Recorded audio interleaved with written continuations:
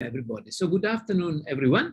Welcome to this session of the NITheCs Colloquium. My name is Francesco Petruccione, and I'm the interim director of NITheCs. Today, it's a pleasure again to introduce Professor Nico Orce. Nico is a nuclear physicist based at the University of the Western Cape, but he's also a visiting professor at the University of York. Yeah? And if you read his bio, you will see that he was active in all big nuclear physics activities, yeah? From the Mandela Lab to Itemba Lab, SALT, MNL, Triumph, CERN, and so on and so forth. Yeah? He's also the leading investigator and the spokesperson for the I don't know if you pronounce it GAMCA or GMKA spectrometer. Yeah, GAMCA is the meaning of GAMCA. Okay, perfect. And he's also the chair of the Taste of Nuclear Physics, and he's a referee for many journals, and is really promoting theoretical and computational science in South Africa. And we really appreciate his effort to help us make NITheCs a success. So Nico, thank you very much for being with us. You're most welcome to start sharing your screen and start your presentation. And, and to the participants, please make use of the Q&A facility. And since we're not so many, you're also welcome to raise your hand, and we will make a plan to give you the right to ask your question in person. Nico, thank you very much. Thank you, Francesco and Ilya, for your support, and also Rene. So today I'm going to talk about something very special because there are lots of work trying to understand from the beginning of times why, how the elements are created in our universe, and why we have these particular abundances of elements around us.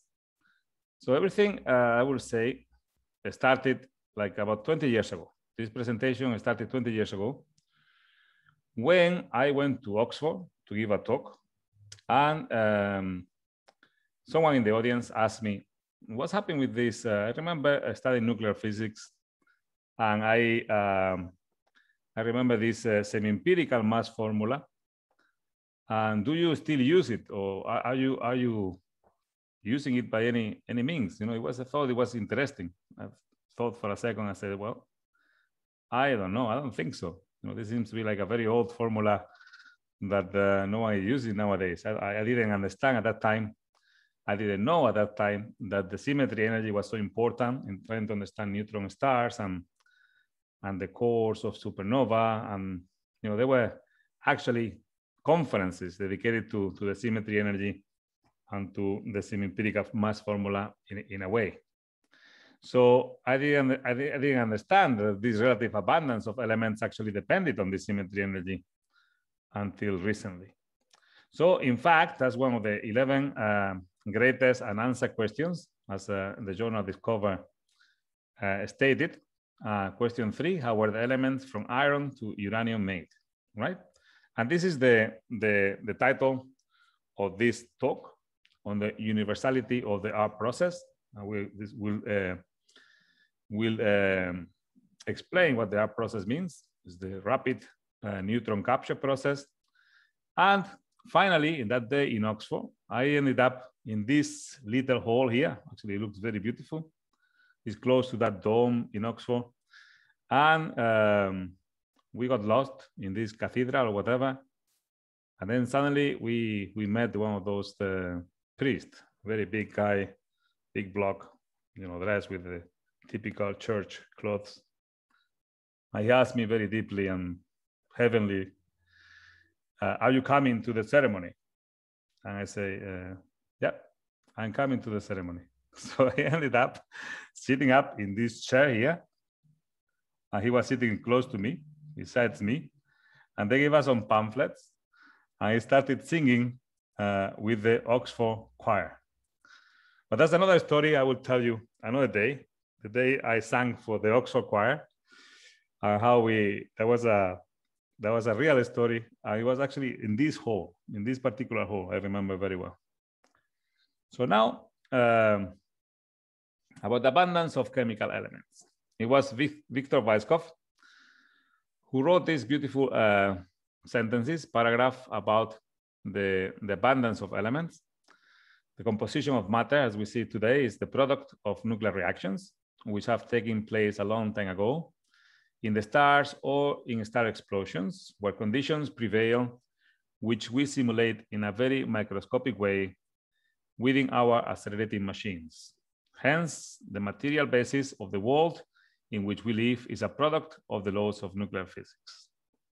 I cannot better illustrate the interconnection of all facts of nature than by pointing to the chart of abundances of elements. Each maximum, each minimum in the curve of abundances corresponds to some trait of nuclear dynamics, here a closed shell, there a strong neutron cross-section, or a low binding energy. So this pattern here is all a result of different nuclear reactions. But let's go back in a little bit in time. Let's go back to those wrinkles in time that Martin Bucher is presenting to us beautifully in the school, and we see that the W map, suddenly changed a little bit the landscape of what we believe in the following way. Suddenly we realized that only like 4% of all matter was only that visible matter that we see around us. Everything that makes us alive, make us rich, or make us poor, everything, that 4% of everything was just atoms, right? 4 or 5%. 23% was dark matter, according to the gravitation that cannot be explained outside the center of the galaxies, how stars move faster than they should. And also that dark energy is the remaining, which will explain the expansion of the universe as we see it today. So that was before 13.7 billion years ago, when the Big Bang, and then dark matter was converted into this expansion of the universe, the inflation at some point, and this is what we understand now.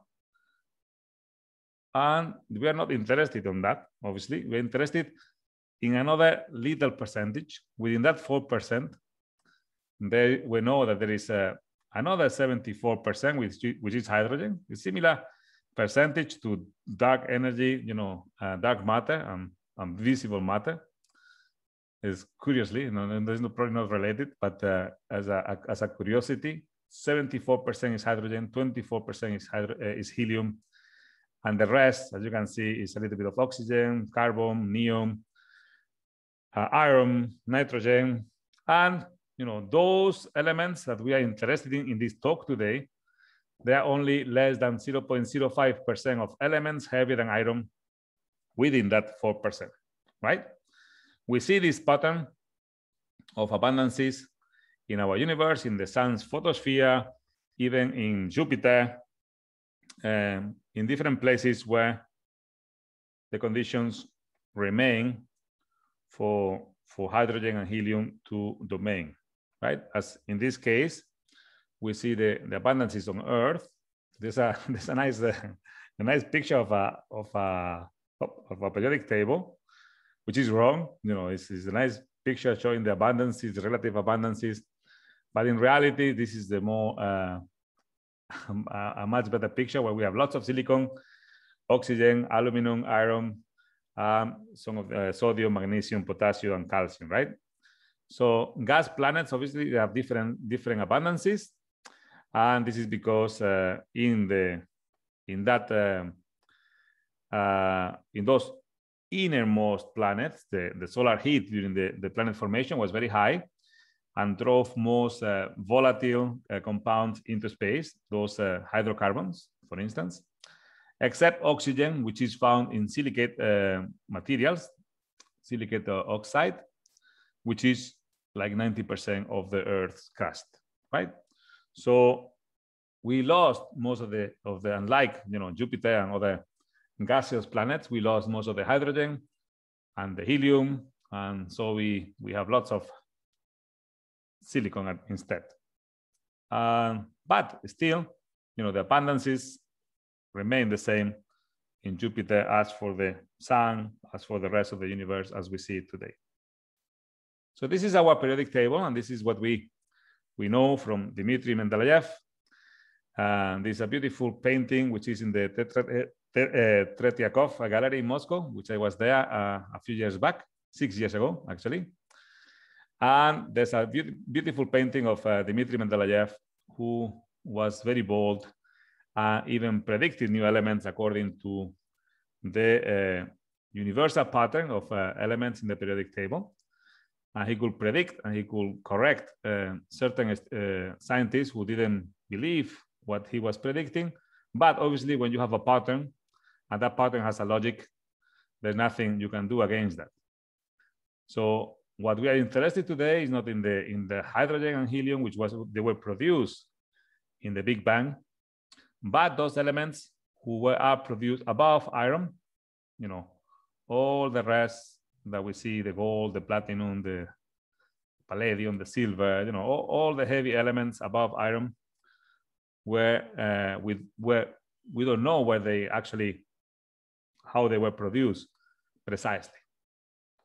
So, as you know, this is the binding energy curve per nucleon.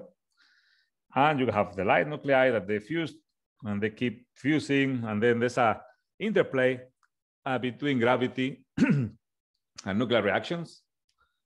Gravity keeps pulling things down, and nuclear reactions keeps emitting energy outwards, right? And then while we are burning hydrogen, as we are burning hydrogen right now, our sun keeps shining. At some point, all the hydrogen will disappear, all the fuel will disappear, and then gravity will win, and then gravity will pull all that matter down, and then suddenly until you reach certain temperatures for the hydrogen to burn, and then again there will be a much bigger sun, and there's a cycle so far until reaching, depending on the masses, reaching iron, and this is the end point. Iron is the end point where you can get some energy because the energy release is exothermic, is positive Q value. And from this point onwards, actually is nickel 62, the most tightly bound nucleus, nickel 62. After nickel 62, everything is going down according to Einstein's formula. EMC squared, the binding energy will be, the Q value will be negative from here, and then the other process, which will be have a positive Q value, will be the fission. So fusion goes up to here, and the rest of the elements are produced by neutron capture, where there's no Coulomb barrier involved, right? And this is how you produce these elements. What we are interested in is in above this line, this blue line, iron here, how these elements are produced. So as Weizsäcker mentioned, there's a lot of nuclear reactions happening, and depending on the rates, something will favor beta-decay or proton capture or alpha capture, and depending also on the seeds, nuclei, and the source of particles, of alpha particles versus proton or helium-3 or whatever it is in that environment, we have the process, these scatter processes, which depends on those reaction rates, right? And it seems quite complicated, but this is how we evolve and we move on, and also depends on the temperatures, right? So we move on that path, on that nuclear landscape via nuclear reactions. So then all this path or this network of creation of elements happens in different explosive scenarios where the temperatures are big enough for this some point fusion to be created, to have enough energy to overcome the Coulomb barrier together with quantum tunneling. And at some point also, we will need lots of neutrons for those elements around here to be produced. And there will be a competition between you capture one neutron and eventually beta-decay will win the game between the two processes. Either you capture one neutron or you beta-decay. And this is how these elements, the value of stability, they are produced. And each one has a particular abundance. Each isotope, it has a particular abundance depending on those nuclear reactions, on the nuclear structure, and those binding energies. So different, as I say, different explosive scenarios are the nurseries of elements.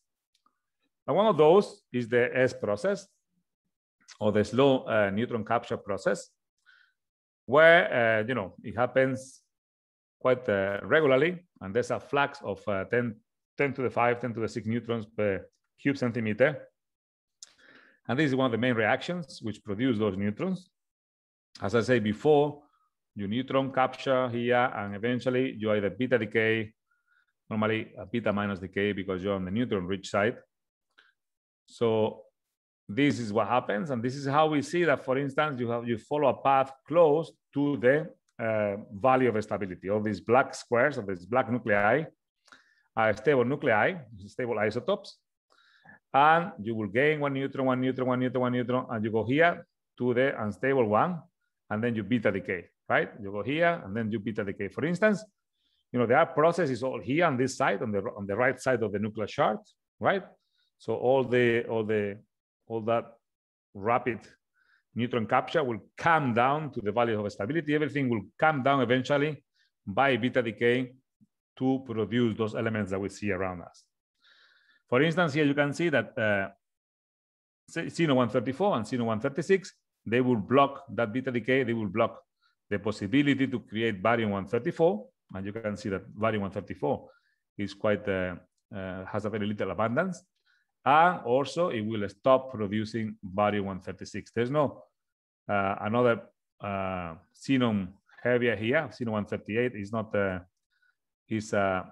unstable. So barium-138 will be produced much easier from the R process, right? Also will be produced from the S process, right? There will be elements which are produced by both, and some elements which cannot be produced by the R process simply because they are blocked by other stable nucleus, and these stable nucleus cannot decay, cannot beta decay to another stable nucleus, right? So this matter being released by the S process is quite huge, and we have this new satellite, the Gaia satellite from the European Space Agency, which is making a 3D picture of the universe, of our galaxy. And the process, you just take some snapshots of what's happening on some of the AGB stars. And we see here the turbulence, the dynamics of these turbulences on the surface of AGB stars, and how these elements are ejected to the outer universe, and they enrich the different gases and nebula, and so elements and new stars can be created, right? So there are different weak, main, strong S processes depending on the neutron exposure, how many neutrons you have. But this is quite understood, the slow neutron process. What is not so clear is this rapid neutron process, because what we infer, I will mention it later, is we know what is the S process. So let's look at the abundance of elements in our universe. So whatever is missing from the S process must be the R process, right? So this is how the R process infer, and this is why there are so much of discrepancy. It's like, dark matter, the rest must be dark energy. It's our ignorance of the situation what allows us to say such thing, which may be right or may be wrong, but we don't know for certain. So abundance of elements. So aquí, as I was mentioning before, this the S process, the R process, and the R process is determined by the remaining from whatever the S process we see. Let me see. Here we go. So the R process, I will also outline that this later, is coming. We have elements being created in the merging of two neutron stars, and these ratios of elemental abundances, they are very interesting because depending on that ratio, we can look at the different stars, AGB stars in globular clusters, and they will see that the ratio depends. If you have a ratio of strontium to barium between -0.5 and -0.4, and this is the log, and normally they are related, the abundances, to iron, but in this case you can also check different ratios, and if this is the ratio in particular, you have R process. If there's a different ratio, here is the definition of that ratio in this at the bottom here. If you have less or equal to -1, then is the S process what is supposed to be the main source of that particular star, right? So this is how we infer, by looking at the abundance ratios that we see in different stars, whether the R process or the S process dominate those kind of stars. The metal poor stars, I mentioned it here, but I'm going to talk about those later. They're supposed to be those stars which still remain out there after the first big supernovas.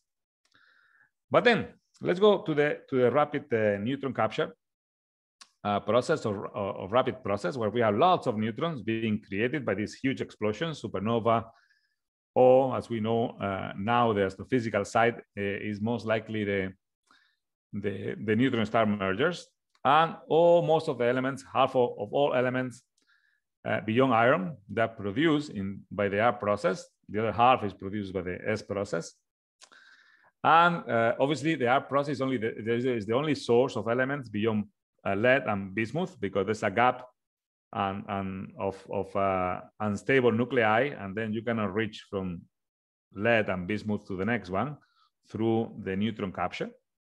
So any elements beyond stable elements, beyond lead and bismuth, like the uranium, thorium, they have to be produced by the R process.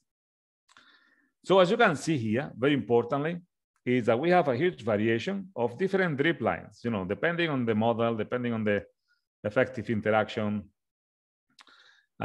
depending on the different density functional theory, whatever, you have different possibilities for that R process path and for the drip line, which is the line of stability before a nucleus becomes unstable and emits a particle, right? Before a nucleus can be formed, and the predictions for the neutron drip line and for the R process path involving heavy neutron-rich nuclei exhibit a significant variation due to a wide range of conditions not accurately determined, not accurately measured in accelerators, and there's a lot of millions and millions of dollars actually towards building these facilities where we can reach far away into the neutron drip line, that terra incognita that people we all want to investigate, right? So here, for many years, we have discussed about what is the astrophysical side of the R process. It wasn't clear at all. Supernova, some people mentioned collapsars or neutron mergers, where neutron star mergers were many years ago were an option. Although because of the time scale, they were never considered very heavily as a real option, because to get a neutron star, first it needs time, and then to get them merged takes more time. So according to the cosmological time scales, it wasn't very clear that the neutron star mergers could be. But we saw the LIGO experiment, and then afterwards, our telescope SALT and all telescopes around the world, they saw the ejecta of the kilonova in 2015, and they discovered they figure out, despite the fact that there's no real absorption lines, but this simulation, it looks like there's a blue shift for a line which should be strontium 2, an absorption line which should be strontium 2, but because it's blue shifted, it moved to the left in the wavelength here. And you can see this dent, which it is predicted to be that line in strontium 2, right? The electron line. So here we have the black body radiation, and all these dents are obviously absorption lines which happen on the surface of elements, or in this case, in the ejecta after the kilonova.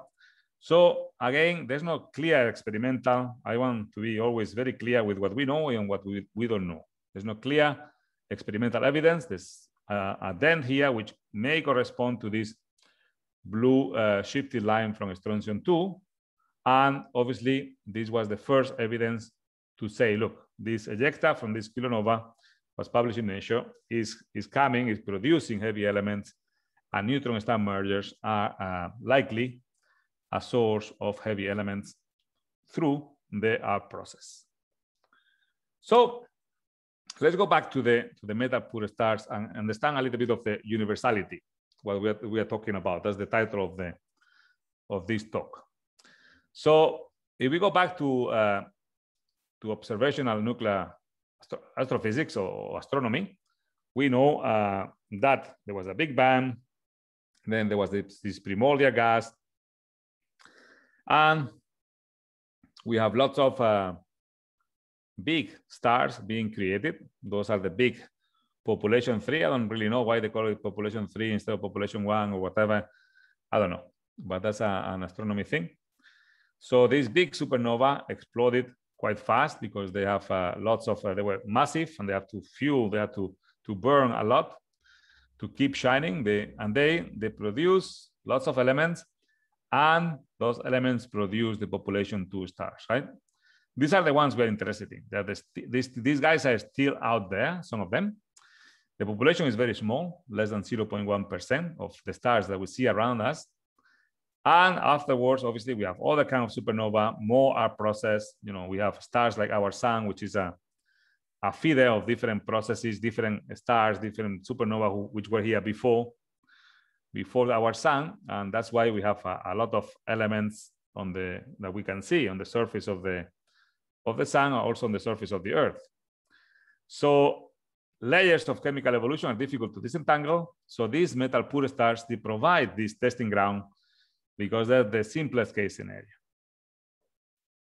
So with the new era of high energy resolution spectroscopy that we have, the different telescopes of different satellites, the Subaru, or here at SALT, we also have the high resolution spectrograph in South Africa. This is one of the beautiful things of South Africa, that you can have, you can run an experiment on nuclear physics with the largest accelerator in the Southern Hemisphere, or you can go, I'm here in half an hour from ITEMA Labs, and just 5 hours drive to Sutherland, to SALT, and get some data for some of these metal pure stars, for instance, right? And as you can see, the big difference between the sun with lots of lines after many generations of things happening, and here we have the typical metal pure stars of abundances of -3.2, where you have the iron, the nickel lines, the iron lines, and you have here another metal pure star, which at that time was the most metal pure star ever being discovered by Anna Frebel and by Aoki.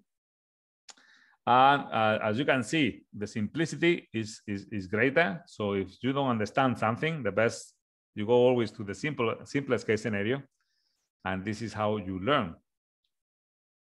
And as you can see, sometimes you see these strontium lines in these metal pure stars, and then you don't understand why.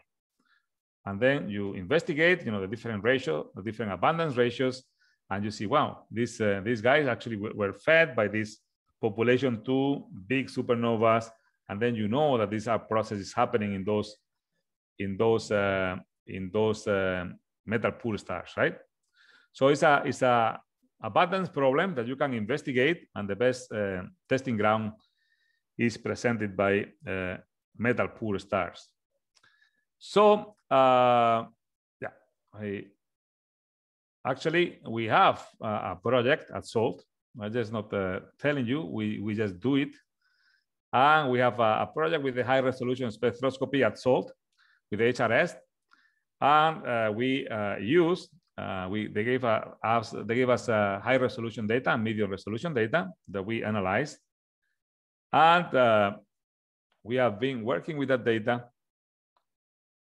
Actually, my student Blaine was working with this data, and we did some with help from the big astronomers, you know, from Dave Kilkenny, Enrico Olivier, who was here before, and then Tony Linus-Gray, who was a College London in the UK. He's an expert on metallicity of stars, on the atmospheric corrections that come into these simulations here, into these MOOC simulations.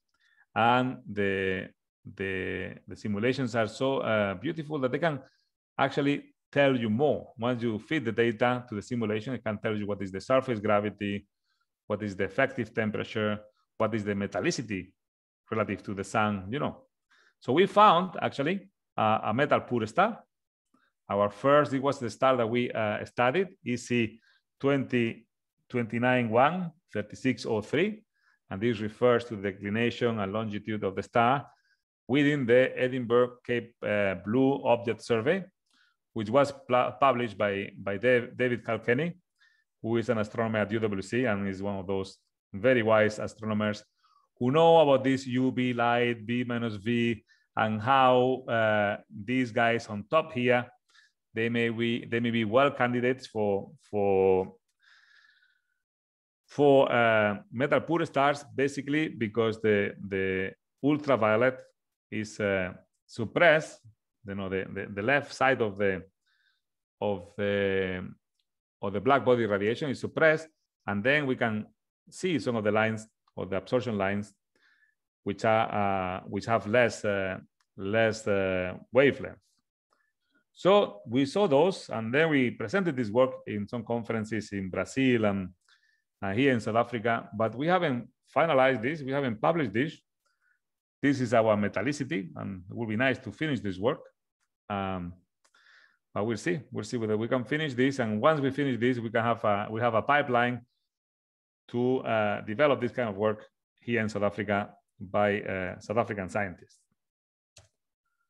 So what's universal about all of this is that, you know, the simplest case scenario, agree with your abundances. You are in the good space with physics.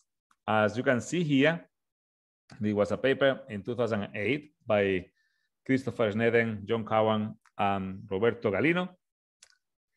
And they combined, they just shifted a little bit on the y-axis, the different curves. The blue curve is the abundance, the R process abundance in our sun.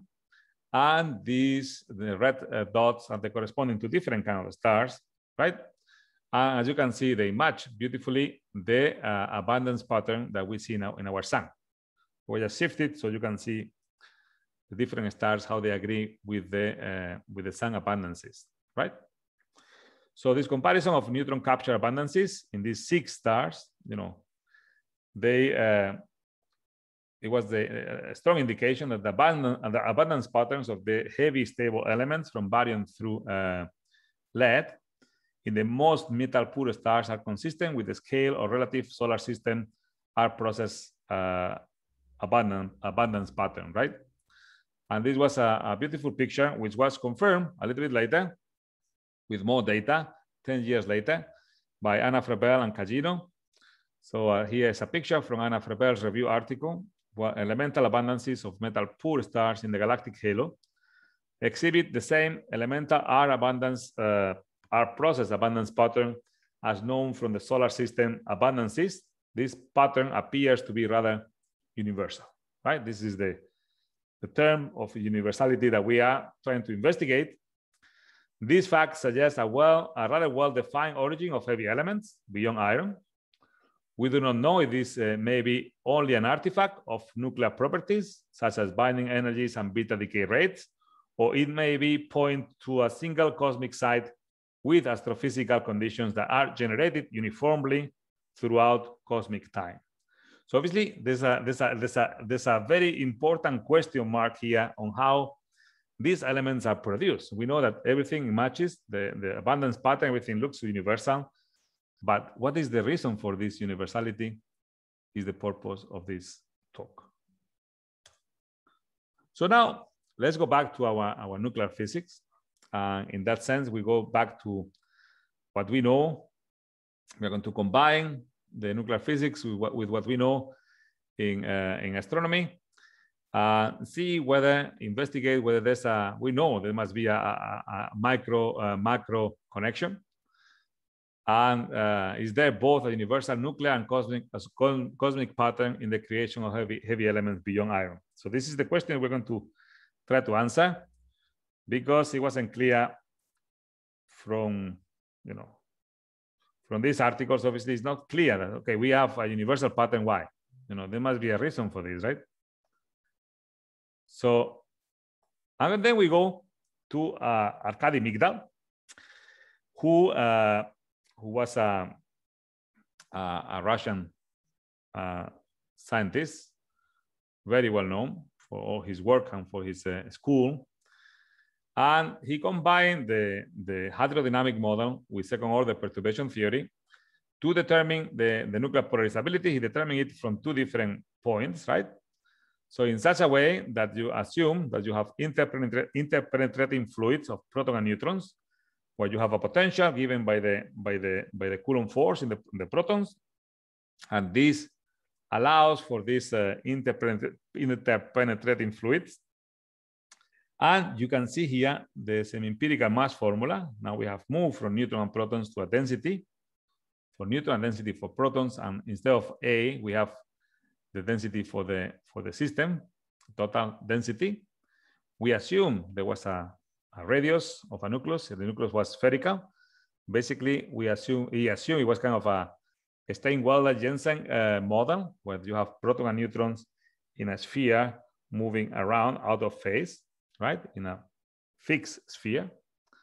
And by doing that, he concluded that the sigma minus 2, which is defined here, the total for the absorption cross-section, divided by the energy of the gamma square, integrated between 0 to infinity. Obviously, this is not possible, but as low as possible, which is normally the neutron threshold, and as high as possible, which is normally the pion production. And he concluded that by combining these two formulas and assuming a constant value for the symmetry energy, he got 2.25 to the 5/3. This power law formula was confirmed by Levinger in 1957 with the available data, and then afterwards with much more data, with the atlas of photoneutron cross-section, was confirmed by myself. Actually, I got 2.38. Levinger got 3.5, so even closer, many years later, almost 70 years later, after Levinger published this remarkable paper, right? So, 75th anniversary of Migdal, we celebrated at the Taste of Nuclear Physics last year, and this paper on quadrupole and dipole gamma emission from nuclei, which was the first one where a collective motion, the giant dipole resonance, was predicted and soon later discovered in Caltech. So there was a paper on the 50th celebration by Danos and Ishkanov, other authors here, and there's another paper. I found this recently, 2021, celebrating the 75th anniversary of that particular paper, which was a milestone in nuclear physics. So it's another beautiful paper. Danos and Ishkanov is still there, right? Yeah, Ishkanov is still there. I think Kapitonov is not there, but it's probably a new. He will remain for the 100th anniversary, and hopefully we can contribute more in between to try to understand this fascinating field much better. So here we go. And then we have the symmetry energy that at that time, Migdal assumed as a constant. We know it's not a constant. Depends on the mass number of the nucleus, the number of protons and neutrons. And as you can see, alpha and alpha here, they can be combined together. And this sigma minus 2 value can be related to the symmetry energy. And the symmetry energy, again, we go back to the beginning, to my Oxford times, where I gave that talk. And that, and you know, we link it to the binding energy here. So now we see that this is sigma minus 2 that we have in this equation. We can determine that from data. We have the total photoabsorption cross-section, which normally consider photoproton, gamma protons, gamma neutrons, you know, all the different reactions which involve proton and neutrons. And we see that there's a polarizability enhancement of loosely bound nuclei. As the nuclei become loosely bound, there seems to be an enhancement of a nuclear polarizability of sigma minus 2, or the symmetry energy is reduced, right? Either way, because they're inversely proportional to one each other, right? Sigma minus 2, and here is the denominator, and here is in the numerator. You can equal these two terms, right? So then we'll get sigma minus 2, and again we could reproduce with a formula which was quite nicely here. Once we included that the mass dependency on Migdal's equations, it was clear that there was an upbend here for light nuclei. But not only that, we kept investigating the situation, and we look at the data.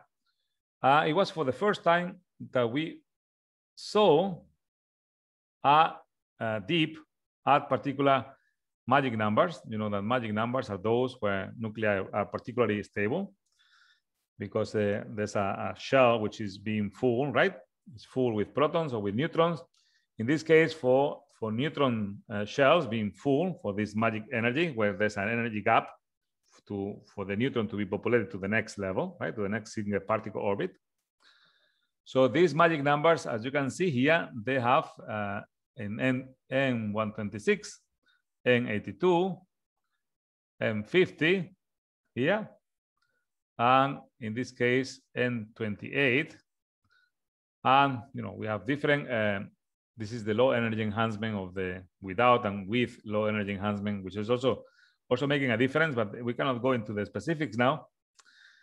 But as you can see, this was a beautiful discovery to see that there are dips of the nuclear polarizability at those particular magic numbers.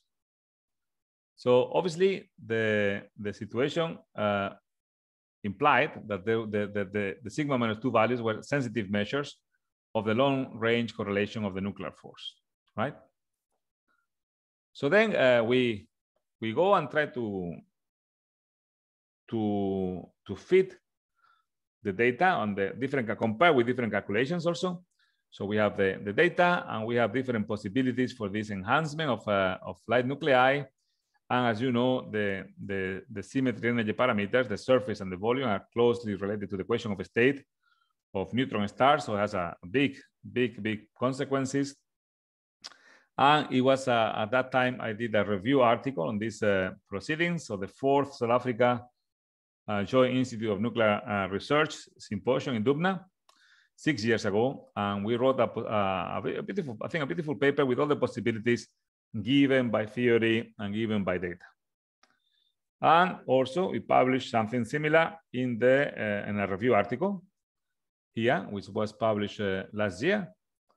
And again, these features assigned, assuming the Bring-Axel hypothesis, which we're going to mention in a little bit. These features assign the nuclear dipole polarizability as a sensitive measure of the long-range correlations of the nuclear force, and provide a new spectroscopic proof to investigate collective phenomena, shell closures, and the elusive nuclear symmetry energy. Okay, so this paper was actually one of the most read articles last year, and it was selected as one of those 30-some papers, articles where they were selected as a collection of articles of long-standing value and importance in their fields, which was very nice to see. So now we look and we see the symmetry energy from different points of view. So here we see the symmetry energy extracted from binding energies. And you can see that there's a convergence converging to 23 MeV, where this red curve comes from the leptodermus approximation. And this is normally, there are different approximations, but this one is the one which has a better fit to the masses of isobaric nuclei, and is the one which is commonly used. As you can see, the symmetry energy converges by different methods, which we're going to quickly explore at 23, 27 MeV for heavy nuclei. So then our students, our Manus students in 2019, they also explored the possibility of extracting the symmetry energy. As I mentioned before, the symmetry energy is inversely proportional to the sigma minus 2, or vice versa. And from that, getting sigma minus 2, we could, from the available photoabsorption cross-section, gamma P reactions, gamma N reactions from the Exford database. So they got all these data points. I think they have one with the uncertainties are very small, 10, 15%. But there's some discrepancy, as you can see here. And obviously data, there's not much of gamma P data available because the important thing in those years were the gamma N, were to know how was the power of this nuclear bomb. So there's a lot of gamma N data, but there's not much of gamma P. So gamma P is what we need to get our hands on. Even the gamma N data wasn't analyzed, were not analyzed 100%, as we know now. And there's a new compilation of all this data that has to be explored as well. So basically, in this case, as you can see, the symmetry energy, there's a variety of points, most here and there, but it goes to about 26 MeV. So there are different methods, and they all agree with that 23 to 26. So then we went to the actual giant dipole resonances, and which is, I haven't defined the giant dipole resonance, but it's the most absorption and most emission of gamma of photons comes from the giant dipole resonance. So whenever there's a absorption of radiation, it's emitted or absorbed by the GDR. And this is the information, most information comes from photo absorption of chunks of material, particular isotope, which is enriched. And say, okay, lead-2A, let's enrich lead-2A, let's scatter it, and with photons, let's use some bremsstrahlung or different techniques like positron emission, and then positron annihilation, and then let's investigate the giant dipole resonance and that emission from these different nuclei. Also, it tells us how elements disintegrate into something else. The gamma N will lead-2A, the gamma N will disintegrate into lead-207, or gamma P will go into bismuth-207, right? So this is very important information, as you can imagine. And it was parameterized here by Danos, who actually took the SJ model, the Steinwedel. I mean, Klaus has to tell me how to pronounce that name. Steinwedel-Jensen model, and he just included the width of the giant dipole resonance, the width of the resonance, and with this equation, assuming also that we have an average centroid energy and the full width of the total Lorentzian, we also did for the same thing for the 4 nuclei. We integrated, we took the data from Exfo, integrated, and see what is going to be the symmetry energy according to this equation here, right? And so we see now that these converge around 26, you know, and these are the parameters. These are the parameters for that leptodermus approximation. And these are the ground state built, you know, the GDRs built on ground states. We are talking about the temperature, which is about zero MeV, right? I want to tell you this because this is not the temperature that we normally see in those astrophysical environments, right? Most information, most of the information that we know, they come from these GDRs, giant dipole resonances built on ground states, which are not really what we need. So again, we apply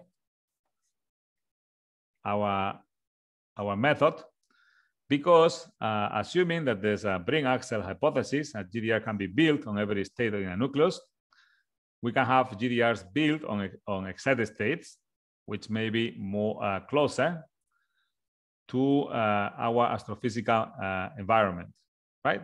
So these excited state GDRs present at least for moderate average temperatures, less than about T equal 1 MeV, and spins, there's a critical value for the total angular momentum of the states, similar centroid energies and resonance strength relative to the Thomas Reike-Kuhn or the TRK dipole sum rule are those found for the ground state counterparts. This is a formula which can be found in many different fields, the 60 N Z divided by A 1 plus delta, where delta is the resonance factor. And these similar features indicate a common physical origin for all GDRs, right? This was the assumption, and this Brink axle hypothesis has been confirmed quite closely in different experiments of the low energy enhancement by the Oslo group. And, you know, it seems to be holding nicely.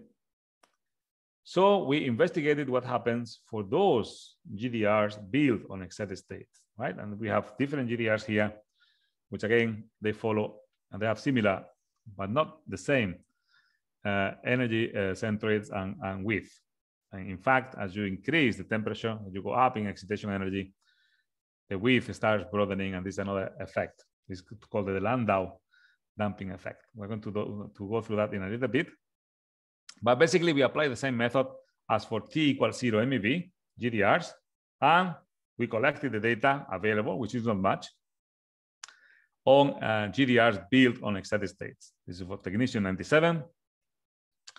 And a curiosity, we figured out, you know, that different temperatures are different from 0.7 to 1.3 MeV, and this is important to mention right now because this temperature is not the temperature of real interest in the astrophysical conditions of neutron capture on the R process.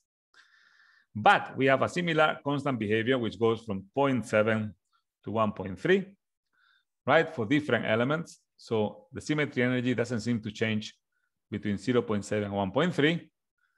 But the important point comes here, right? So now the symmetry energy for these excited states, which are more closer to the astrophysical scenario that we are investigating, to the neutron-star mergers or supernova explosions, you know. So we have a totally different behavior, as you can see, compared to the ground state of nuclei. There's lots of information here, very little here. This is all the information that we collected, including the form spherical nuclei. These are the data points, but you can see that there's a different trend. There's a different trend, which tells you that for heavy nuclei, the trend converges here for 26, 27 MeV, as we mentioned before, for ground states. But here we go up to 31 MeV, actually 31 MeV. So it's much higher. This is the error bars and the uncertainties for heavy nuclei, which is where the R process is more dominant. We see an entirely different trend than we see for this red curve is the same as this red curve here, right? So we see that something is happening at these temperatures, which are closer to the astrophysical temperatures. So, and this I will we can explore quickly. You know, we can explore quickly. How long? I have 5 more minutes. So we can take from the textbook 23.7 symmetry energy. This is the parameters of the semi-empirical mass formula. So if we just let me just control access and then this Python. Whoa. You can see the 2020 mass. Let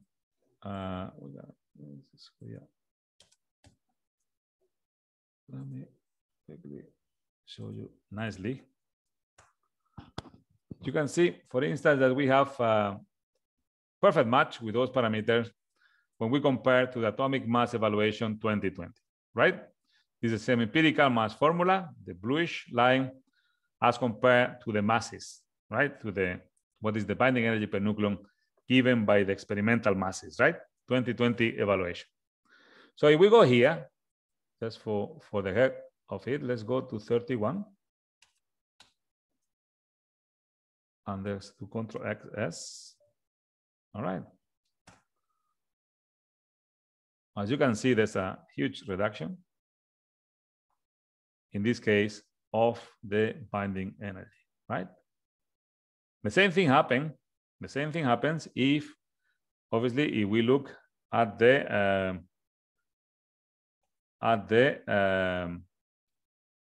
this is the nuclear chart, and here 30 MeV, 23.7.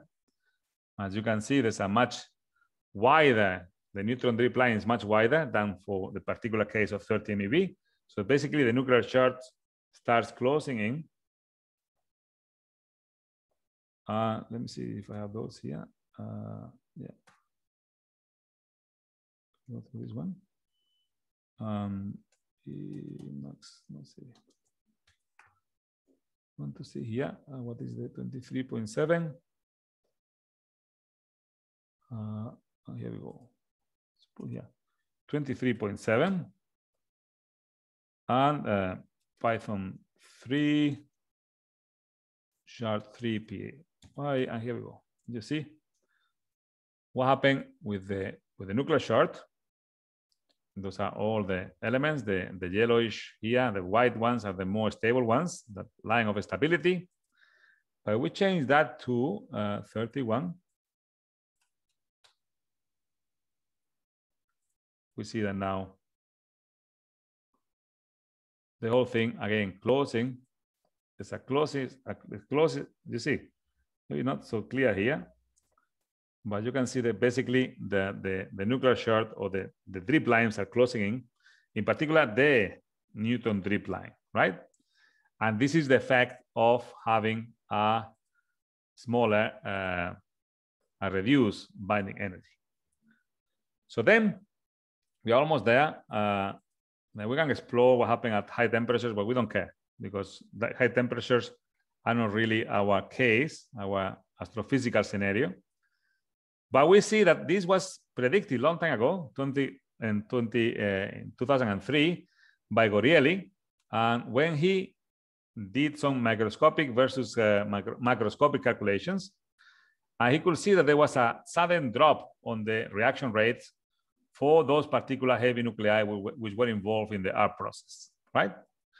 So he concluded that all ARP abundance calculations performed so far were wrong. And not only that, he also mentioned about the so-called universality of the ARP process abundances as inferred from the observation of ultra metal poor stars could possibly be explained by the rapid drop of the neutron capture rates at increasing neutron excesses, right? This means that you cannot go so far by capturing a neutron, but you quickly go to the line of stability by beta decay, right? By beta minus. So then let me actually just to finish a little bit of the cauldrons in the cosmos. This is a beautiful book, but this is what happened. You have a kilonova, which is like 10 to the 11 Kelvin, 8 MeV Kelvin, 8 MeV, sorry, temperature, which is very high. At that time, there's a kilonova, there's an ejecta, and there's gamma ray burst, there are quarks, gluons, then eventually you combine protons and neutrons. You know, this is a typical scenario as the temperature comes down and we are creating matter, right?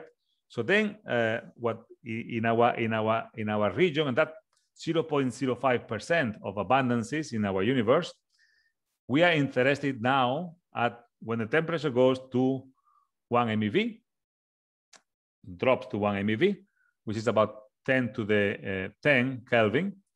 So these are likely the temperatures where seed elements are created before charge reactions freeze out, before the charge, the proton number is, the Coulomb barrier is too large and you're going to produce more. And basically, then you reach the limit of 0.5 MeV, less than 0.5 MeV, where actually neutron capture may start occurring until the point where you have a few 10 to the 8 Kelvin and you reach basically the temperature of T equals 0 MeV, where neutrons are finally consumed. And that's it. That's the end of the neutron mergers, the end of the kilonova. Everything has been created, and then in this ejecta you can see what happened in the process. You know. So what happens actually when we go down to T equals 0.5 MeV? We don't know. We don't know what we know is that the temperature remains constant, and we don't know for how long or how low the temperature will remain constant. It remains constant from 0.7 to 1.3. If this is the case, then what we will see is that there's a narrowing down, closing of the neutron driplines, and a closing of different possibilities of this exotic R process path, which produce the elements beyond iron, right? So with that, we also did some reaction rate calculations, and we calculated either using tallies or Empire. We predicted a reduction of 100 for nuclei with mass 200. And we can see here the reduction in the neutron dripline from a symmetry energy of 23.7 MeV to 30 MeV.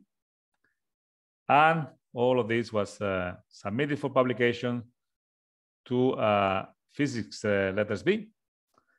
We titled it, these are my collaborators who are experts on GDRs and some of our students, Sewan Wetseni, Brendan Lesh, and Dile Zulu. They are the remaining of those minor students who were originally in this task of investigating how elements are created. But the conclusions here as that symmetry energy shows at T equals 0, actually we'll say T.7 and 1 MeV, shows that there is a clear closing in neutron dripline, which constrains the up process flow and narrows down the nucleosynthesis of elements, hence supporting the universal pattern of R process abundances observed in galactic halo nuclei. Not only star mergers can be nurseries of R process elements, because everything is happening at the same temperature, and those supernova, collapsars, whatever other stellar explosions are there, they can also produce this. They have enough neutrons to do so. And we must explore what happens at temperatures less than 0.5 MeV. And actually, I didn't put a slide there, which was quite important. But for that, I will go to our webpage, nuclear, and I will just go here. Actually, that's the other webpage. And we see here GAMCA, which has been commissioned. We have all the detectors. We have been, after 9 years, everything is ready. And there's a possibility to study what happens at temperatures of 0.5 MeV, at those actual temperatures where neutron capture starts happening, right? And to investigate the symmetry energy of GDRs built on excited states at that particular temperatures of less than 0.5 MeV with the current facilities that we have here in South Africa with Gamka at Itemba Labs. Okay, and I want to finish with Monday starts on Saturday. Their motto was Monday starts on Saturday, and they had accepted as a working hypothesis that happiness lies in the constant cognition of the unknown, which is also the meaning of life. I recommend this book to those who want to be physicists, and to those who are physicists. If they haven't read it, also I recommend it. Thank you very much for your attention. Yeah, Nico, thank you very much for an excellent and very active talk, including book recommendations. Very nice. Thank you very much. Ilya, I'm sure Ilya has read this book. I'm sure. I don't know. Of course. I didn't. Of course. Of course. Yes. Of course. Okay. I didn't. Yeah. Okay. So I will be busy this weekend. Yeah. You need to. Are there any questions for Nico? And please, since we're not so many, you're most than welcome to raise your hand, and we will give you the right to speak. Here we go. First question is, Ilya already sorted it out. Ilya, sorry, I'm stealing your job. Yeah. Klaus, yeah, you are welcome to ask a question. Yeah, question and comment. Can you hear me? Yes. Yes. Yeah, first of all, thanks. That was a deep insight, Nico. And the question would be, you speak about these temperatures. How is it then defined in this experiment? Is it the Q value, the remnant after the reaction? Right. The temperatures, these generally, you want to let me tell you, this is what you do. I'm going to show you the PLB paper here. So you try to constrain your reaction so it doesn't what is it? Here, not here. So basically, you have your cutoff on temperature. It depends on the Q value, but also depends on the energy of the GDR energy. But what you try to do always, let me see, angular. Here we go. You see that you have a critical angular momentum, which is well known to be such, and the temperature, critical temperature, which is supposed to be such. And these, the best example are those experiments where you use alpha scattering, right? Alpha scattering, alpha prime, alpha inelastic scattering. It doesn't allow you to go very high in angular momentum. So this is our best task, our best goal to determine GDRs which are built on, at those 0.5 MeV or less. That's our hope. But the GDRs, built on excited states, there's very little information, and this is how you always try to go after. The reaction must be such that the temperatures, normally they use cascade or the different evaporation model calculations to determine, first before we run the experiments, to determine what is the temperature of the system, right? And what is the energy of the GDR, or the compound nucleus reaction, that you're going to use. Yeah. So, and then this table you showed with this view on, this is on real excited states with this 10 values. Which one? Which table? The one where you derive this other. This one. Up there? Yeah. This one? No, yeah, this one. This one, yeah.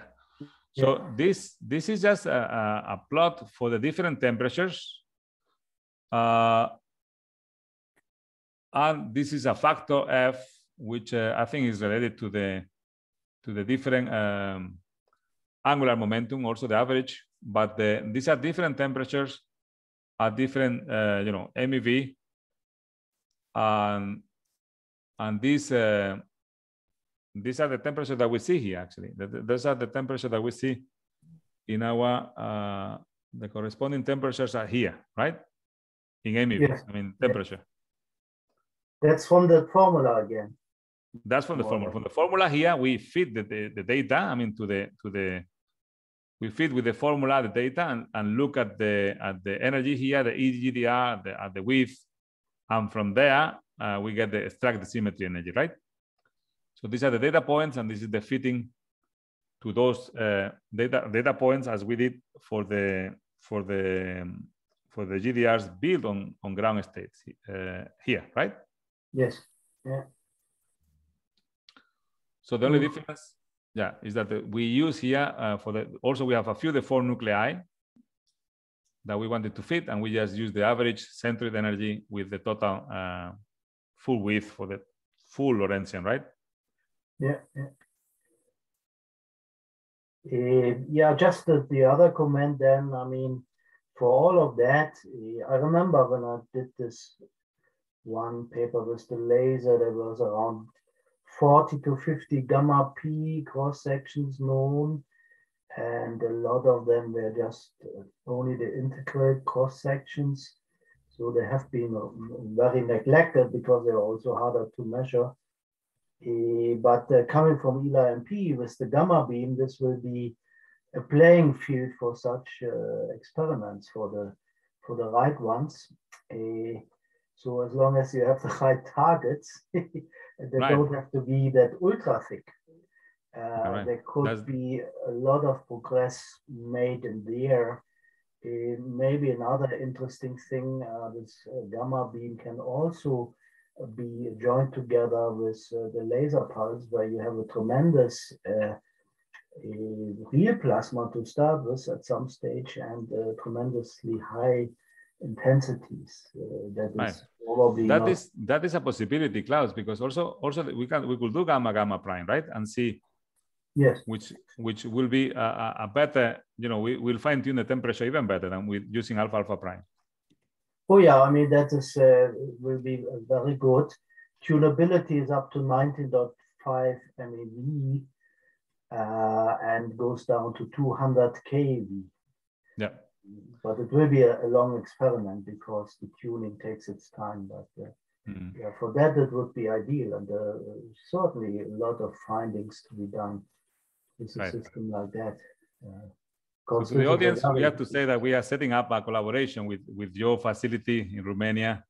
Yeah. Hopefully, we just submitted a paper, a very nice one, just to around these studies of gamma N and gamma P competition, because as I said before, we don't know much of the gamma P because everything was yes. Right. Thanks. But did you understand things? It was clear enough or not? I hope so. I see Rob Allen is here. Yeah, and Rob have a comment. Yeah, I just put in a comment there, so as not to take anyone's time. But no, great talk, Nico, and it's really nice to see the elegant way in which you're investigating the symmetry term. But just a comment, years ago when I taught the semi-empirical mass formula at honors level, I used to add the gravitational energy term to the formula and then ask the students to work out the minimum mass of a neutron star. And you can do that because as you take the limit as A goes to infinity, you see it's a fight between the asymmetry term and the gravitational term. The gravitational term wants to keep the star together, and the asymmetry term wants to blow it apart. And so, if the neutron star loses mass in a collision or whatever, it blows up. Or it has to. Anyway, the answer you get is a bit too small, but that's not surprising that the SEMF doesn't quite fit. Because this is very important, Rob, for SKA. To combine this information, and the symmetry energy is related to that neutron star. What is the radius of the neutron star, right? So there's a lot of synergy between this and SKA, right? Definitely, yeah. It's a connection with the nuclear physics and astrophysics. Thank you, Rob. I actually wanted to say one thing. I haven't finished the story in Oxford. So I was in Oxford and I forgot my backpack. So I came inside And the jury they were deliberating about who was going to be the winner. The winner of the students, of the young physicists who went to Oxford. The winner of the talk, the best talk, will give a presentation in an international conference in Hungary. So I arrived there they didn't notice me, so I went to pick up my backpack and I was leaving. As I was leaving, one of the juries, or the people there, who was the one who asked me about the semi-empirical mass formula, he said, well, we cannot give him the prize because he didn't answer the question on the semi-empirical formula. So obviously, you know, so I hear that, I say, wow, I just lost the prize for not answering that question. So the prize was to another very good talk by an English fellow, and he was the one who went to, I came second, but you know, that was the point. And you know, 20 years ago, I didn't know much about where to use this empirical mass formula, and now we see that it is actually explaining so many things. No, it's an amazingly useful tool just to get to grips with the basic understanding of the physics underlying nuclei. Thank you. Thank you, Rob. Thank you for your comment. Yeah, no, thank you for being here. Get homesick for nuclear physics sometimes. Actually, you were in Dubna last time when I was also in Dubna, remember? Yeah, very well. We were there together. Yeah. Excellent. I see the, thank you, Klaus, I just see the chat. Yeah, Nico, it doesn't seem that we have further urgent questions. Yeah, so before I thank you, I just wanted to remind the participants that are still with us that Nico agreed to a short social event, yeah, where you're welcome to chat to him or among yourselves. I've posted the link in the chat. Yeah, it's called kumospace.com/NITheCs_social. Yeah, and as soon as we finish here, we will move to the pub in the social event. Yeah, there will also be drinks served. Yeah, just follow the link. Just follow the link and get surprised. Yeah. Okay, Nico, thank you so much. To you, thank you, Ilya, for moderating the questions. Thank you. To the participants for being so faithful to our NITheCs Colloquium. And I'm looking forward to see some of you maybe at the social, or otherwise next week on Monday, we will be here again. Thank you very much. Have a good afternoon and evening. Thank you. Thank you, Nico. Thank you so much.